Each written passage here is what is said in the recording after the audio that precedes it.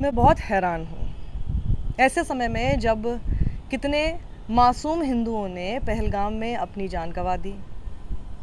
एक मुस्लिम भी है और एक क्रिश्चियन है, और वहीं देश भर में हम लोग तरह तरह के हेट क्राइम होते देख रहे हैं मुसलमानों के खिलाफ। इस बीच में कुछ लोग अपनी राजनीतिक रोटियां, मतलब मुझे नहीं लगता कि राजनीतिक पार्टियां भी इतनी राजनीतिक रोटी सेक रही हैं जितना कि वो लोग जो कि इन लोगों के आगे, जिसे कहा था ना कि हमने तो झुकने को कहा था लेकिन ये रेंगने लगे। मतलब आप ये कह सकते हैं दैट ये पार्टी भी बहुत खुश नहीं हो रही होंगी ये देखकर कि ये लोग इस कदर गिर गए। मतलब जैसे ही हिंदू मुस्लिम करने का मौका मिलता है, अपने ब्राउनी पॉइंट्स कमाने का ऐसे लोगों को मौका मिलता है जिससे कि आने वाले समय में इन लोगों का फ़ायदा हो। इनका फ़ायदा क्या होगा? इन्हें लगता है कि पार्टी इन लोगों को किसी तरह के पेरोल पे तो रखेगी, उसके साथ ही कई तरह के ऐसे प्रोजेक्ट्स दे देगी जिनके साथ ये जुड़ जाएंगे सरकार के साथ, और उसमें ये भारत देश को भूल जाते हैं। आप मानेंगे कि इन लोगों को, मैं ऐसे भी कई लोगों की बात कर रही हूँ जो कि सोशल मीडिया पर खुद को पत्रकार भी मानते हैं, लेकिन इनको इस बात से दिक्कत हो रही है कि आप उन लोगों की बात क्यों बता रहे हो जो ये कह रहे हैं कि वहाँ के कितने लोकल्स ने उनकी मदद की। मतलब सोचिए, ऐसा कौन कर सकता है? मुझे तो ऐसा लगता है, मैं तो बिल्कुल साफ देख सकती हूँ, इसमें कोई दो राय नहीं है, जो शख्स उन आतंकियों की मेंटालिटी का होगा, जो उन आतंकियों की मदद करना चाहता होगा, वही शख्स, वो भी देश में उन आतंकियों की तरह ही हिंदू मुस्लिम की लाइन पर डिवाइड क्रिएट करने की कोशिश करेगा। भारतीय जनता पार्टी के दो नेता खुद रह रहकर पत्रकारों से बात करते हुए, जिसमें उनकी खबरें प्रिंट मीडिया में भी छपी, उनके साक्षात्कार सुने आपने, फेसबुक पर जाकर उन्होंने लिखा और कहा कि कैसे हमारे बच्चों को और हमें बचाया वहाँ के लोकल ने, उस गाइड ने। और सिर्फ एक की खबर नहीं है, ये तमाम ऐसी खबरें सामने आ रही हैं। मैं तो कहूँगी कि बहुत ही अफसोस है इस बात का कि कई लोगों को बचाया नहीं जा सका। बहुत दुख है इस बात का, और बचाया जा सकता होता तो आज वो परिवार कितने आबाद होते, खुश होते, उन लोगों के ज़िंदगी में मातम नहीं पसरा होता, हम लोग इतने दुखी नहीं होते। लेकिन क्या इस वजह से जिन लोगों को एक्चुअल में बचाया गया, उन लोगों की कहानी ना बताई जाए, ना सुनाई जाए, और उन लोगों को अप्रिशिएट तक ना किया जाए, सिर्फ इसलिए कि आप धर्म के नाम पर इतने अंधे हो चुके हैं कि आपको ये दिखाई देना ही नहीं चाहता, या फिर आप धर्म के नाम पर अंधे नहीं हुए हैं, आप उस पैसे की वजह से इतने अंधे हो चुके हैं जिसमें आपको अपना भारत देश दिखाई नहीं देता है, जिसमें आपको सिर्फ अपना फ़ायदा दिखाई देता है। क्योंकि ये सब चीज़ें करके आपको लगता है कि आप एक पार्टी को हेल्प करेंगे। मुझे नहीं लगता कि उस पार्टी की भी किसी तरह से आप हेल्प कर रहे हैं ये सब चीज़ें करके। पहलगाम में जो कुछ हुआ है, अभी बहुत अच्छी बात है कि पूरा देश, जो समझदार लोग हैं ना देश में, जो एजेंडा नहीं चलाना चाहते, across all the religions, cross all the parties, वो सब एकजुट हैं। वो ऐसे लोगों को हमारे देश को बांटने नहीं देंगे। लेकिन उसके बीच में ही सवाल कई सारे हैं, और मैं ये भी बात समझ रही हूँ कि सरकार भी उन लूप होल्स को समझ रही है जो कि उनकी तरफ से हुए, जिस वजह से ये घटना हुई ना। जवाबदेही तो सरकार की ही होगी ना। आप अगर उसके बाद देश में इस तरह का माहौल बनाएंगे जिससे कि हिंदू मुस्लिम के नाम पर माहौल ख़राब हो जाएगा, किसकी जवाबदेही होगी पहले बताइए। तो मैं तो ये बताना चाहती हूँ कि किसी तरह से भी किसी एक पार्टी की या फिर सरकार के कदमों में अगर झुककर इस तरह की काम करने का ये इंटरप्रिटेशन रख रहे हैं कि जी बहुत खुश होंगे सरदार, तो वो खुश नहीं होंगे, आप उनका भी नुकसान कर रहे हैं। Nobody is going to be happy with this because accountability lies with the government and the government knows it. जब ये सब खबरें देश के अंदर किस तरह का माहौल उसके बाद हुआ है, कौन लोग ये सब कुछ कर रहे हैं, ये इंटरनेशनल लेवल पर भी खबरें जाती हैं, किससे जवाब मांगे जाएंगे? आप पूछिए, आप सोचिए ज़रा। मैं हैरान हूँ कि मैं अगर ये खबर दिखा रही हूँ आपको कि कौन लोग अमन चैन की बात कर रहे हैं कश्मीर में, किन लोगों ने किनको बचाया, जिनको बचाया वो खुद सामने आकर बोल रहे हैं, मेरी टाइमलाइन पर आकर न जाने कितनी गाली गलौज इसलिए की जा रही है कि मैं देश में अमन शांति की अपील कर रही हूँ और मैं अमन शांति की खबरें दिखा रही हूँ। मैं पहलगाम में आतंकवादी मंसूबों को कामयाब नहीं होने देना चाहती। ये कौन लोग हो सकते हैं? ज़रा सोचिए ना, ये कौन लोग हो सकते हैं जिनको बहुत आपत्ति होगी इस बात में कि हमारे देश में अमन चैन रहे? या तो वो आतंकी हो सकते हैं या फिर उन्हीं आतंकी प्रवृत्ति वाले लोग जो हमारे देश में रह रहे हैं। जो भी इस तरह की बात कर रहा है वो आतंकी ही है। आप पूरा मैसेंजर मेरा, उसमें ऐसे ऐसे लोग आके गालियां दे रहे हैं।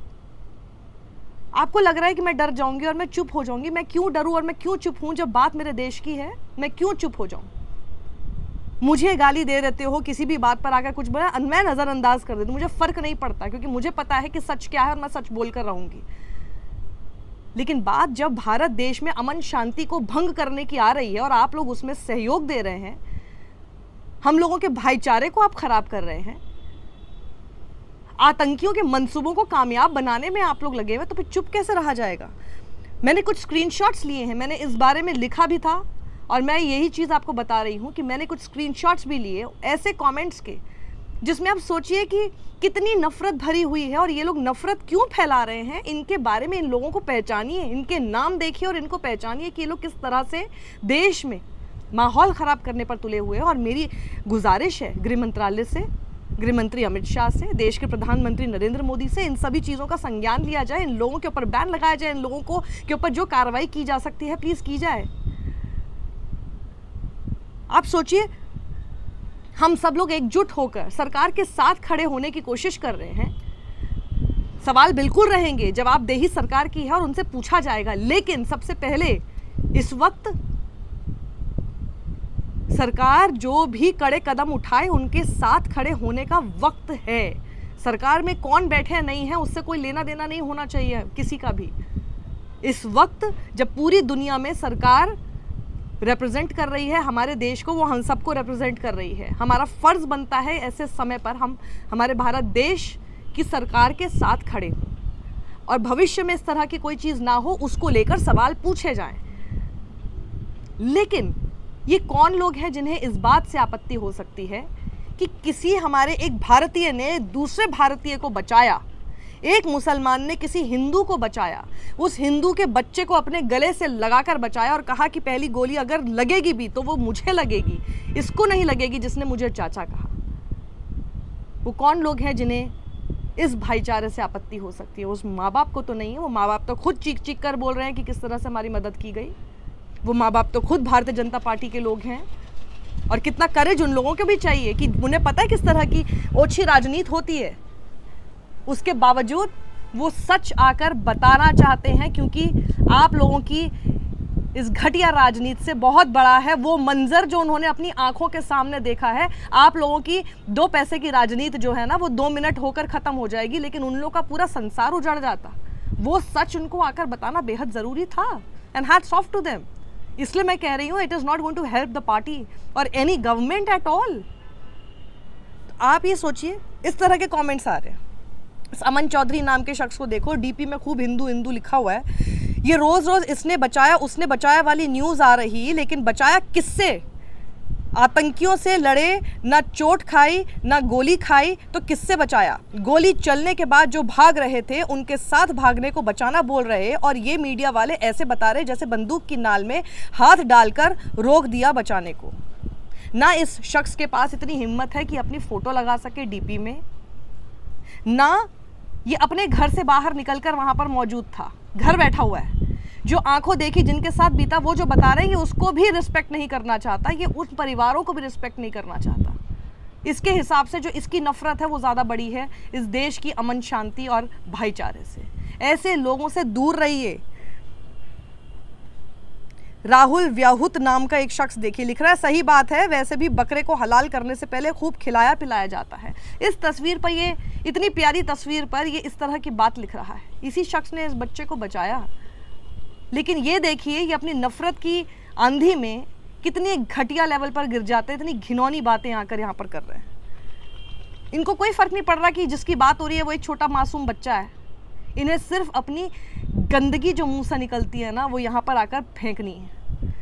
सोनू बजरंगी, जय श्री कृष्ण इसने हमने डीपी में डाल रखी है, शक्ल देख लीजिए इनकी। सोनू बजरंगी, बजरंग बली का नाम अपने नाम के साथ जोड़ रखा है। और ये क्या लिखता है, यूपी सरकार इसके चैनल पर बैन लगाना चाहिए। साक्षी खान के चैनल पर हमेशा हिंदू विरोधी बात करते हैं, देश विरोधी बात करती है, इन जैसों को पाकिस्तान भेजना चाहिए। देश विरोधी बात है कि मैंने ये बता दिया कि एक शख्स ने एक भारतीय ने दूसरे भारतीय को बचाया, ये हिंदू विरोधी बात हो गई। मतलब इन लोगों का कोई दीन ईमान है नहीं। ये लोग सिर्फ और सिर्फ, और आपको पता, अपने घर बैठकर न जाने किसके पेरोल पे क्या ये काम कर रहे हैं आप, बल्कि ये कार्रवाई होनी चाहिए कि किसके पैसे पर इस तरह की हरकतें कर रहे हैं कि हमारे देश का माहौल बिगाड़ने की, हमारे देश का भाईचारा, अमन चैन बिगाड़ने की कोशिश इन लोगों ने की हुई है। एक वीडियो आप मेरा दिखा दीजिए जिसमें अमन चैन की बात ना हो या फिर भारत में माहौल बिगाड़ने की बात हो। और इन लोगों के कमेंट्स आप देख लीजिए, और वो लोग जो कि अपने आप को पत्रकार कह रहे हैं, वो लोग बिल्कुल ऐसे ही ट्रोल्स, ऐसे ही लोगों की जो भाषा है और जो इनकी सोच है इसके साथ खड़े दिखाई दे रहे हैं। वो लोग तो सब अपने आप को नामी गिरामी समझते हैं। सोचिए, आतंकी, ये ट्रोल, और वो अपने आप को कहने वाले तथाकथित पत्रकार, ये सब लोग एक सुर में सिर्फ नफरत फैलाने का काम कर रहे हैं। देख लीजिए कि कौन किसके साथ इन सिंक है, कौन आतंकियों के साथ मिलकर काम कर रहा है। अब ये देखो इनकी किस तरह की राजनीति है, वो यहाँ पर सामने आ जाती है। एक सुरेंद्र डोगरा नाम के शख्स ने जब लिखा कि भैया मोदी जी से सवाल पूछना देशद्रोह नहीं है, मोदी जी देश के प्रधानमंत्री हैं, वो देश तो नहीं है, तो वो अगर उनसे सवाल पूछा जाए, एक पत्रकार के तौर पर कोई पूछ रहा है, तो उसमें गलत क्या है? सवाल ही तो पूछ रहे हैं। तो सतीश गर्ग का जो जवाब है उसमें कहीं उन मासूमों की मौत के ऊपर कोई शोक नहीं दिखाई दे रहा है, उनके लिए कोई इमोशंस नहीं दिखाई दे रहे हैं। इनके जवाब से पता चल जाता है कि इनको किस बात से दिक्कत है, और इनका एजेंडा ही वहाँ पे सामने आ जाता है। ये सेम एजेंडा है जो उन तथाकथित खुद को पत्रकार बोलने वाले लोग हैं, जो एजेंसीज, चैनल्स के नाम पर काम कर रहे हैं, लेकिन विचारधारा बिल्कुल उन आतंकियों जैसी दिखाई दे रही है। सतीश गर्ग लिखते हैं, तुम कहाँ के चौधरी हो जो मोदी तुमको जवाब दे? जनता पिछले 10 साल से नकार रही है और चले आए प्रश्न पूछने। जनता ने प्रधानमंत्री बनाया है, जनता को जवाब देंगे। तो जनता का सवाल इन तक कौन पहुंचाएगा बताइए? मीडिया का ही काम है ना, वो जो मेन स्ट्रीम में बैठा है वो तो पूछता नहीं है। तो यहाँ पे इंडिपेंडेंट जर्नलिस्ट बैठकर जब सवाल पूछ रहे हैं, इनको इस बात से दिक्कत है। इनको तो इस बात से भी दिक्कत है कि कुछ सही सवाल पूछने वाले इंडिपेंडेंट जर्नलिस्ट अगर पहलगाम जाके रिपोर्टिंग कर लें, इनको उससे भी दिक्कत है। मतलब सच मत दिखा दो गलती से भी। और देश का अमन चैन बिगाड़ने में अगर सहयोग देना है तो ऐसी कोई खबर ज़रूर दिखा दो, उसमें ये लोग वाहवाही करेंगे आपके सामने। इतनी पेटी पॉलिटिक्स मुझे लगता है कि शायद पॉलिटिकल पार्टी भी नहीं करती हैं जितना ये लोग करते हैं। और इन लोगों की सबकी आप पहचान कर लीजिए।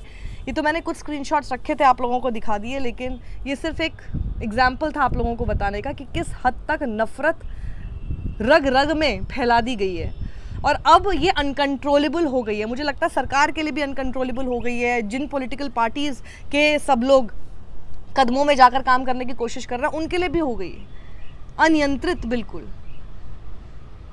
इनके ऊपर जल्द से जल्द लगाम लगाने की ज़रूरत है, क्योंकि देश में कुछ भी गड़बड़ होती है तो जवाबदेही सरकार की होती है। तो कहीं से भी सरकार का फ़ायदा नहीं कर रहे हैं ये लोग अमन चैन बर्बाद करके। देश आबाद रहेगा, देश में शांति रहेगी, देश में भाईचारा रहेगा। जो आतंकी चाहते हैं, जो पाकिस्तान चाहता है, ऐसा कोई भी मंसूबा यहाँ पर नहीं सफल होगा, तो उसमें जीत भारत देश की ही होगी। कितना अच्छा पैगाम अतुल कुलकर्णी तुरंत वहाँ पर पहुँचकर हमारे देश में देने की कोशिश करते हैं कि हम आतंकी जो चाहते हैं वो क्यों करें। आपको इतनी सी बात भी समझ में नहीं आ रही कि it's all about messaging, what message you are going to give to the entire world. इस समय पे हमें सिर्फ यही मैसेज देना है, हम सब भारतीय एक हैं, एक रहेंगे। किसी की हिम्मत नहीं हो सकती, फिर चाहे देश के अंदर हो या देश के बाहर, कि हमारी एकता को, हमारे भाईचारे को, हमारे एक दूसरे के साथ सद्भाव को, स्नेह को वो चोट भी पहुंचा सके।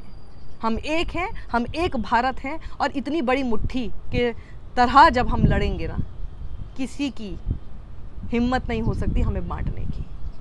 अंग्रेज चले गए, लेकिन ऐसे आतंकी विचारधारा के इस देश में देश को बांटने वाले हिंदू मुसलमान के नाम पर अपने मिनियंस छोड़ गए। इनसे बचकर रहिए और इन्हें पहचानना शुरू कीजिए। सत्यमेव जयते।